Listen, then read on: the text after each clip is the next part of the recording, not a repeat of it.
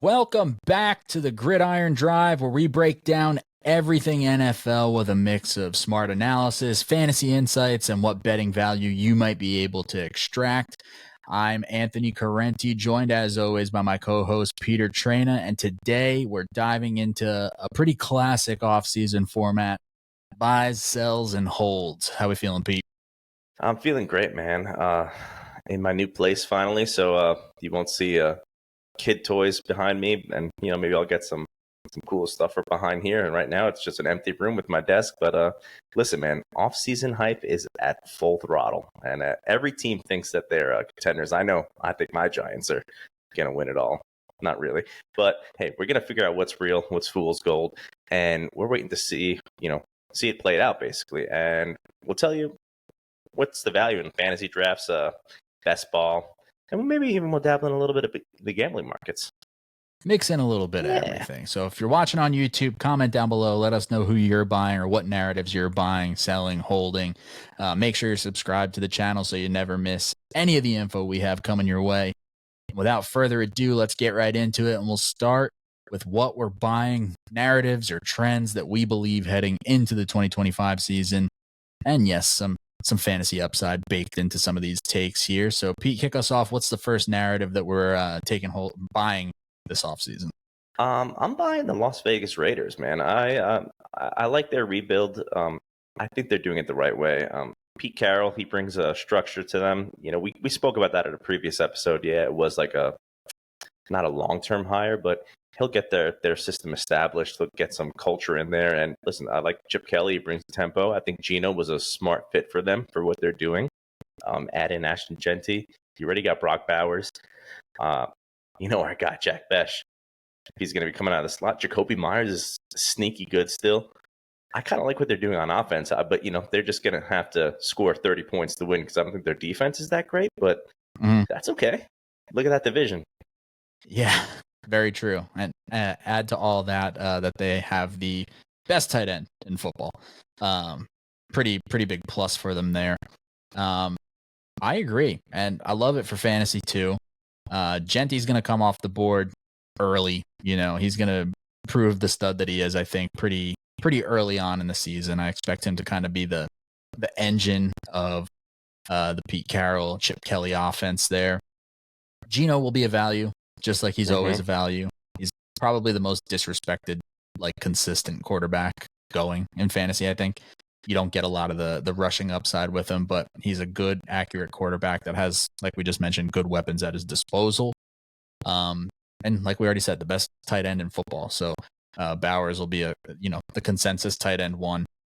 You'll have to pay up for him, but it'll be worth it, especially in tight end premium formats. And if you're playing, Dynasty, good luck. You can't trade for Brock Bowers. You will pay through the nose, or spend a first round pick on him in Superflex tight end premium formats. But in Superflex specifically, Geno is one of my favorite QB2 types. If you avoid going QB to start in a quarterback heavy format, big fan of the Geno Smith addition for the Raiders, and yeah, I think there'll be a lot of value fantasy wise for them. I agree with this one. Yeah, and I wouldn't be surprised if they, start off pretty hot. I mean, when you're a new team, you have a new scheme, new structure, new everything. So you don't know how to scheme for that. So there might be some early opportunities for them against the spread because they might not be favorites too much in the beginning. I mean, they'll probably be a favorite week 1 against New England. Then they got the Chargers, Commanders, Bears. So yeah, there could be some opportunity for them without, really seeing how their offseason program is and everything like that, and preseason and getting into it. It's really hard to talk about the gambling, but I love what they're doing. As of today, Thursday, May 15th, 9:25 p.m. Eastern Standard Time. Talking redraft fantasy football, how many running backs would you comfortably take ahead of Ashton Genty? Jeez. Okay. Gibbs. I'm probably still taking Saquon. Okay. I think. Again, we're talking redraft, so. Yeah. Bijan. Oh, man. Henry? In redraft? Probably. Probably. Just he went off last year. There's no reason to think he can't do it again in redraft. There's probably at least 10 guys, I'd say. Like, even like, would you take Bucky Irving before him? I don't think I would. Okay. But that's also because I have dynasty brain and it sometimes fogs my vision. Yeah. In redraft. In dynasty, how many guys would you take out of him? Gibbs? Yeah. Bijan? Gibbs, Bijan. Would you take Saquon Barkley over Ashton Genty in dynasty? I don't know, Jim. Yeah, I don't know. Like, I want to say no. It's hard. Yeah, I want to say no, but geez, I'm just looking at the draft we just did, and that's like a Debbie super flex. Bijan, Gibbs, and then somebody took a kicker, which is a rookie placeholder, which is presumably it's probably Genty. Yeah. So yeah, I think that's kind of where I'm at with him in dynasty. I think he's pretty locked in as like my RB3 right now, which always feels crazy when it's a guy who's played 0 snaps of professional football. Yeah, but I mean, but it's Ashton Genty. Yeah, it's a nightmare. All right, should we move on to our next one here? Yeah, let's you kick it off. All right, I'm buying into the Bears. The Bears. We've given the Bears some credit.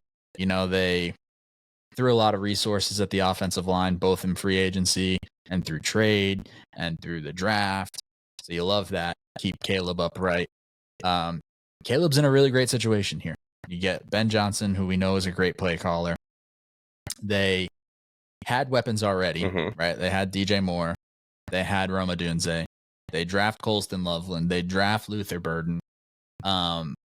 It's a lot of mouths to feed, you know, from a fantasy perspective. I think early on, it might be a little difficult to peg who is going to get the lion's share of the work, but who it's great for is Caleb Williams. Yeah. And Caleb is in as good of a situation as you can ask for with a bunch of weapons at his disposal, a bright offensive mind at coach, and what should be a vastly improved offensive line. I think Caleb's a comfortable QB1 this year. And yeah, I don't know. The further we get from the draft, you know, I went through like, I know Colston Loveland was the first round pick, but like the further removed we get from the draft, the more I find myself thinking like, is Luther Burden just going to be the guy? Like, that was a great pick. It was a great pick, great value. He's going to do a lot of his damage from the slot.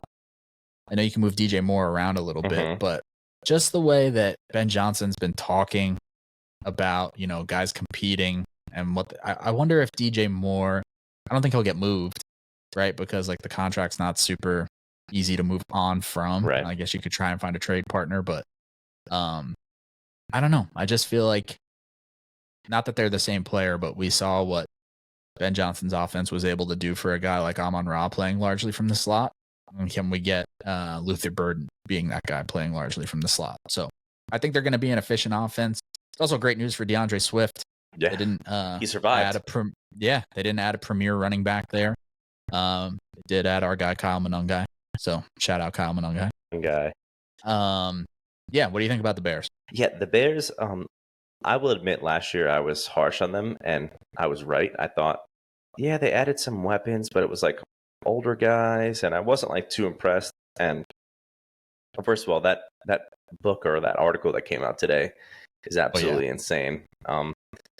Totally nuts. Yeah, but I think you nailed it with for fantasy. Like, you really, the best guy to own, to have shares of on this team is Caleb, and then figure it out, with the receivers later on. But Moore I would be scared for him, because there were times last year where he gave like zero effort if the ball wasn't coming to him. Just jogging. And not giving it his all at all. That like cuts off half the field. Like, that safety could just cheat the other way. So yeah, I don't think he's traded, but it's a new regime. They didn't sign him. I mean, well, it's not a new GM, but the coach didn't, sign him. So that's the only thing I'm concerned about. But man, they have some good weapons. They have a great quarterback. And yeah, that offensive line is vastly improved. I don't necessarily, they spent a lot of money, so that could backfire years down the road. But we're not talking about that right now. We're talking about 2025. So yeah, I love what they did. I'm buying the Bears for sure. Yeah, we're talking about right now. Protect the guy that you took first overall. deal with the consequences later financially. Put it on the old credit card. Swipe it. All right, let's pivot here. Talk some of the narratives that we're selling. Maybe some things are overblown. Maybe they just got bad vibes. What's the first one that you're not so keen on that we're selling the narrative?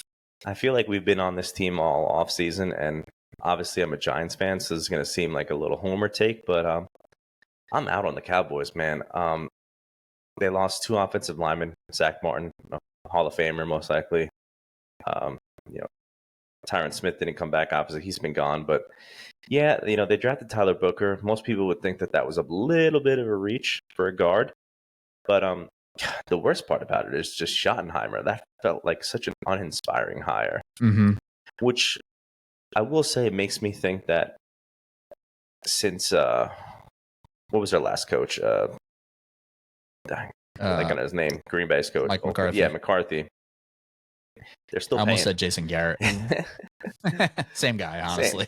Pretty much, yeah. Well, they're still paying him, so I think Robert Mays mentioned this on his last podcast, but they're still paying him. This makes me feel like, all right, they just got an easy guy that if somebody hot comes out next year, that they could really throw money at. Maybe that's who their target, but man, I don't know. I just don't. The problem is they draft so well that they'll never be bad, but like I just don't understand their process. Like waiting to pay Dak and CD, and then now they got another guy they got to pay, and it just seems like they have 3 really. They wait it all out to the last minute. Yeah. It's crazy. I don't get their process. I never understand that. Like teams always do that, and it just costs them money. Yeah, the Bengals did it. Almost never. Yeah. Yeah, and it's just I don't know. I think they'll be a good enough team, and I really do like Dak, so I think that they'll never be like in the dumpster. But like if Dak gets another injury, this team is screwed. But I mean, most teams with a quarterback are screwed. But I don't know, man. I just don't love their process, and I think that they'll probably regress in this division that I think will be pretty competitive, at least in the top of the division. Yeah, I do think it's good landing spot for George Pickens. Yes, both for fantasy and real life terms. They needed a complement to CeeDee Lamb in a pretty serious way. Yeah. And I think Pickens should probably have his, assuming Dak stays healthy, his best fantasy production to date. He's got a legit, bona fide number 1 across from him. And a quarterback. So I do like that. Running backs, interesting. Like, you don't like Javonte Williams? I was going to say not interesting in the sense of that, like, I'm super interested in Javonte Williams or Miles Sanders, but like, can that be Jaden Blue's backfield? Right. Like, because I don't think those guys are really standing in his way, and he presents something that neither of them do, and that's like true home run ability. So I think he could be a nice, in Dynasty, he's going to be largely rostered. He's going in rookie drafts, but in redraft, somebody to keep your eye on with one of those later picks or an eye on the early waiver wire, that I think could be interesting if it breaks right for him. But yeah, the Schottenheimer promotion is just uninspiring. We've talked about it a bunch this offseason. I just don't love it. Let's pivot to something else I don't love. The Houston Texans not caring about CJ Stroud's health, safety, or general well-being. Like, to be fair, they did, add some nice pass catchers for him, and they were able to still land Ariante Ursary. Mm-hmm. But I just think it's a bold move when you take an offensive line that wasn't great last year, trade the best one in Laramie Tunsil, and just think like, yeah, we'll figure it out and piece it together. I really like CJ Stroud. Going back to, prior to last season, for fantasy purposes, I don't like him as much as some people did. And maybe now that's kind of found, a level point where that's kind of come back to where it should have been. People, I think, were a little quick to anoint him like the best possible fantasy option last year. I think he's a really good player who had a up and down year 2 with a less than great offensive line in front of him. But they did, they added all the Iowa State wide receivers, Jaden Higgins and Jalen Knoll. They traded for Christian Kirk, so you got some guys there.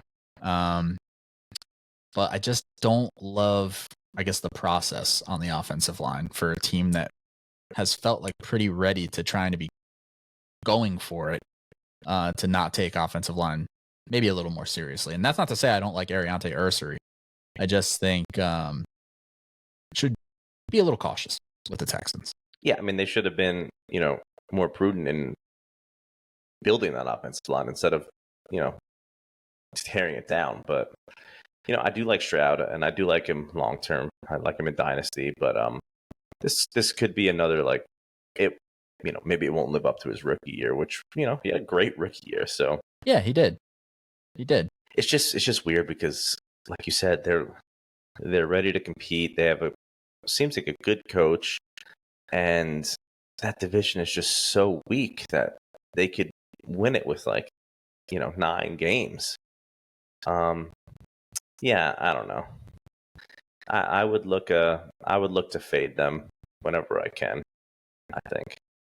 I didn't take a look at their schedule here. Let me see if they got anything egregious here. They start off at the Rams, which is that'll be a tough game. The Bucs a tough game.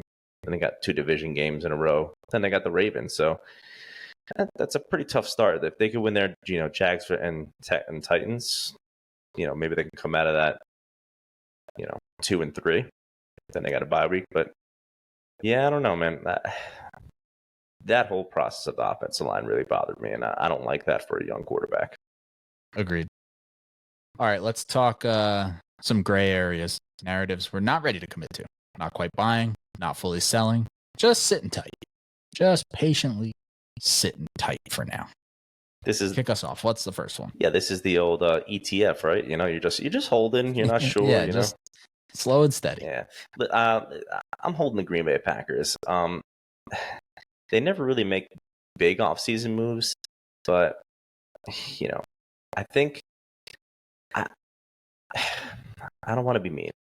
I just don't know if Jordan Love is as good as we thought he was. It's kind of a similar situation to CJ Stroud, where he had a great, it wasn't his rookie year, but his first year starting. Then he kind of regressed last year and then turned it on again at the end of the year. But he's not really mobile.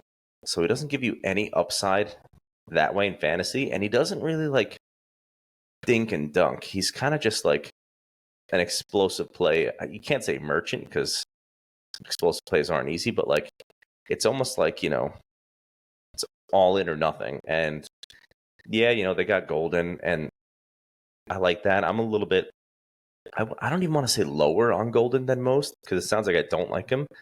Mm-hmm. I just don't think, I didn't think he was wide receiver 1 where some people had him, late in the process.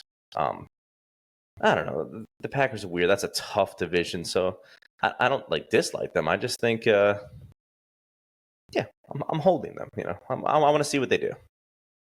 My problem is that I agree. I like Matthew Golden. I don't like him as much as some people did. I think he's a good player, Mm-hmm. but I still don't know that he presents something different than what they have. And so then it just becomes well, and I know we're not trying to get caught up in who's the wide receiver 1, who's the wide receiver 2. Matthew Golden's a good player. Jaden Reed's a good player. You have some depth at the position now, but I just feel like I would have preferred a different sort of receiver there. Yeah. Jordan Love, it's interesting because it's to your point about the rushing, can we even get back even what we got in 2023, right? 2023, he ran for almost 250 yards and 4 touchdowns, right? Last year, all you got was 83 yards and the 1 score. So can we at least get 200 to 300 with a couple TDs and help, buoy that a little bit? I will say, to be fair, he was fighting injury. I think he got injured week 1 last year, right? In Brazil. And then he kind of, didn't he take 2 weeks off and then kind of came back a little early? So yeah, he could have been fighting injury all year and we don't really know that. But yeah, I do want to see some more rushing upside from him in terms of fantasy and just in terms of real life. I mean, the best quarterbacks in this league, even Mahomes, he's not a runner, but I'm not talking about a running quarterback. I'm just talking about a quarterback who could create with their legs. Yeah, threaten a little bit. Yeah. Put some pressure on somebody. And, he threw for 800 less yards and 8 less touchdowns and the same amount of picks. So, talking about 2024 to 2023 in 2 less games. So, yeah, I like Jordan Love. I like the Packers. It's just got to sort itself out a little bit. I still think Josh Jacobs will be great for fantasy, though. Oh, yeah. Yeah. Should say that. All right, since Pete didn't say it, I'm going to say it. Jackson Dart. Oh, yeah. We're talking Jackson Dart, baby. My God, he's flipping the ball, spinning the ball in his hands, right? Giants took Jackson Dart to be their guy. There's a lot to like about Jackson Dart. Maybe needs some seasoning, but, quick release. He's more athletic than he gets credit for. Pretty competitive. How are we feeling over in New York about Jackson Dart? What are we doing? I am cautiously optimistic, Anthony. I love everything that's come out about him. The pre-draft process. Seems like he's a smart guy. We know he's tough. He might even be too tough for his own good. Have a little Daniel Jones in him where he'll, lead with his throwing shoulder instead of, sliding. But, he has a certain moxie to him that I think the Giants haven't had at that position in a long time. And, I don't know if that matters much because really winning is the only thing that matters. But he's just like the polar opposite personality of Daniel Jones. I think, obviously, with Russ being there and Jameis, he's going to have all the time he needs. And I've been saying this all offseason. I truly think, and I have no sources at all, this is just my gut, that John Mara, the Giants owner, said to them, hey, listen, you're not going to get fired next year unless it gets real, they're the worst team in the league. But I think they said, hey, listen, you wanted us to sign Daniel Jones. And again, this is all speculation. You want us to re-sign Daniel Jones. He had the playoff year. We had to re-sign him. We got him out of here after 2 years. Can we have our guy? Let us try to mold a guy once. See what we got. I think they have like a 2-year kind of handshake agreement. Hey, listen, John Mara doesn't want to fire guys every 2 years. He's done that for the last 6 years. Right. So I think if Dart can just learn how to, play under center, there's a lot of narrative about that, right? Like, that offense, it's very easy for the quarterback. Oh, sorry that he was, taught to hit the read and he hit it. Like, what is he supposed to do? Yeah, I know. So it's hard to really judge him because until we see him in the preseason and see how he plays without that system, but it's like he did pretty damn good in that system. So yeah, I think he has decent arm talent, and I'd say above average, not like elite tier, but he does enough. He lets it rip. I'm optimistic. The sooner we make peace with the fact that college coaches are not preparing players for the NFL, they are simply trying to win college football games, that's an easier point to digest, I think. Yes. Lane Kiffin specifically. Yep. Lane, I know you're listening.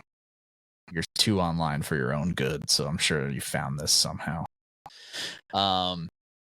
There's reason to be optimistic. I'm interested to see when he gets in there. When he does get in there, I'll have a little eye on some rushing props for him, probably.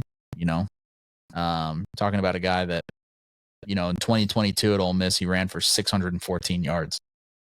Ran for almost 500 last year, ran for almost 400 the year before. 8 touchdowns in 2023. So, and that's pretty good in college, right? Because they count the sacks as exactly. So, you're not talking the biggest numbers you've ever seen, but you are talking maybe there's some value to extract there. One little bonus. Oh, we didn't have it on the sheet, but I love it. We're holding the Jets. I don't care if Jay Gruden says they're terrible. All right, I'm not buying that. I'm also not buying that they're all of a sudden fixed. But with what they've done on the offensive line, and like it, hate it, whatever your opinion is, they are committed to seeing it through with Fields this year, at least, right? And I think he should have an above average offensive line in front of him. So I think some of the speculation about them being just terrible is a little overblown. I think their win total, I want to set, is say is set at like 5.5 right now. Okay. Feels low to me, but again, biased homer take probably. But a year ago, we all really liked the talent they had on defense, and the coaching was abysmal. And they largely return a lot of the same talent on defense. You lose DJ Reed, but you draft Zaire Thomas and you sign Brandon Stevens. Whether that works out or not, we'll see. You lose Hassan Reddick, but that's addition by subtraction. So, we got to wait it out and see what the offense looks like. We don't know for sure. Tanner Engstrand, the offensive coordinator, is a first-time play caller. Comes from Detroit. Allegedly had a large say in the Ben Johnson game plans. But, we've said it before. Can you have a bigger polar opposite at quarterback from Jared Goff than Justin Fields? So, if week 1 comes around and they want to play Jared Goff type football with Fields, right, and they drop him back 40 times and just expect them to pick the field apart, I think it could be rough going. But, if they roll out an offense where they say we're going to punch you in the mouth and run the ball with Breece Hall, Braylon Allen, and the quarterback, and have them throw the ball 20 to 25 times and just try and not take the air out of the football, but, really establish the run with that offensive line and hit some play action shots to Garrett and Mason Taylor and Breece in the passing game. I don't know. I think it could be better than the win total line suggests right now. Yeah, their win total is 5.5, like you said, but it's minus 156, so it's basically 6. They're begging you to take that under there. Yeah, I mean, it's all on Fields, right? If they can get just decent production from him, because he's got a good enough arm that he could throw the deep ball. Like you said, he's not going to like dink and dunk, and I think that's his problem, is like processing the field. That's okay. They should have a good running game. They should have a great offensive line. If they could play into their strengths, their defense regressed last year, but defense is so fickle in the NFL. You rarely seen a defense, stay hot for multiple years. So I think they can at least meet somewhere in the middle from the prior 2 seasons. If they get that, plus a good running game, like you said, hit the air out the ball and then take their deep shots when they have. Oh, by the way, they still have Garrett Wilson, who has put up numbers with nobody. Yeah, I'm optimistic about the Jets as well. I think I will say one, fantasy aside, if you're playing in a fantasy league with somebody who is panicked on Garrett Wilson, try and buy Garrett Wilson. To Pete's point, like if you're worried about Garrett Wilson playing with Justin Fields, remember that Garrett Wilson had over 1,000 yards with Zach Wilson playing quarterback. Right. Just 2 years in a row. We just did a Devy draft, Devy Dynasty startup where I got Breece Hall at 408, and I think that's a smash buy there. Yeah, I think so too. I think people are, worried about, because Aaron Glenn said they have, 3 running backs they want to use, and people took that and ran with, committee, but Breece is going to be involved. I think Breece will be top 3 on the team in targets. So, all right. Well, there you go. That's our off-season stock watch, so to speak. Narratives that we're buying, selling, holding. Some teams trending up. Some are, faking it till they make it. Others just, got to wait a little bit. Yeah. And we'll know. ETFs. The ETFs. I love it. Yeah. Let us know in the comments, what narratives are you buying into? What team are you shorting this season? And who's your favorite fantasy sleeper heading into August? There's a lot of guys. I just love this time of year doing the early drafts, man, where it's the best. You really got to grind it out, and you don't have any preseason action. It's just fun. But let us know in the comments. This is where the true degenerates shine. The true sickos thrive here. If you're new here, make sure to hit that like button, subscribe to the channel, and turn on notifications so you don't miss any previews, props, fantasy content we have coming up. Like you said, redraft season will be right around the corner before you know it. So just because the NFL draft and rookie drafts are on their way to the rearview mirror doesn't mean we won't have plenty of stuff to talk about. And we'll be back on the feed next week, and we'll talk to you guys then. Keep the drive alive. And don't forget to like and subscribe.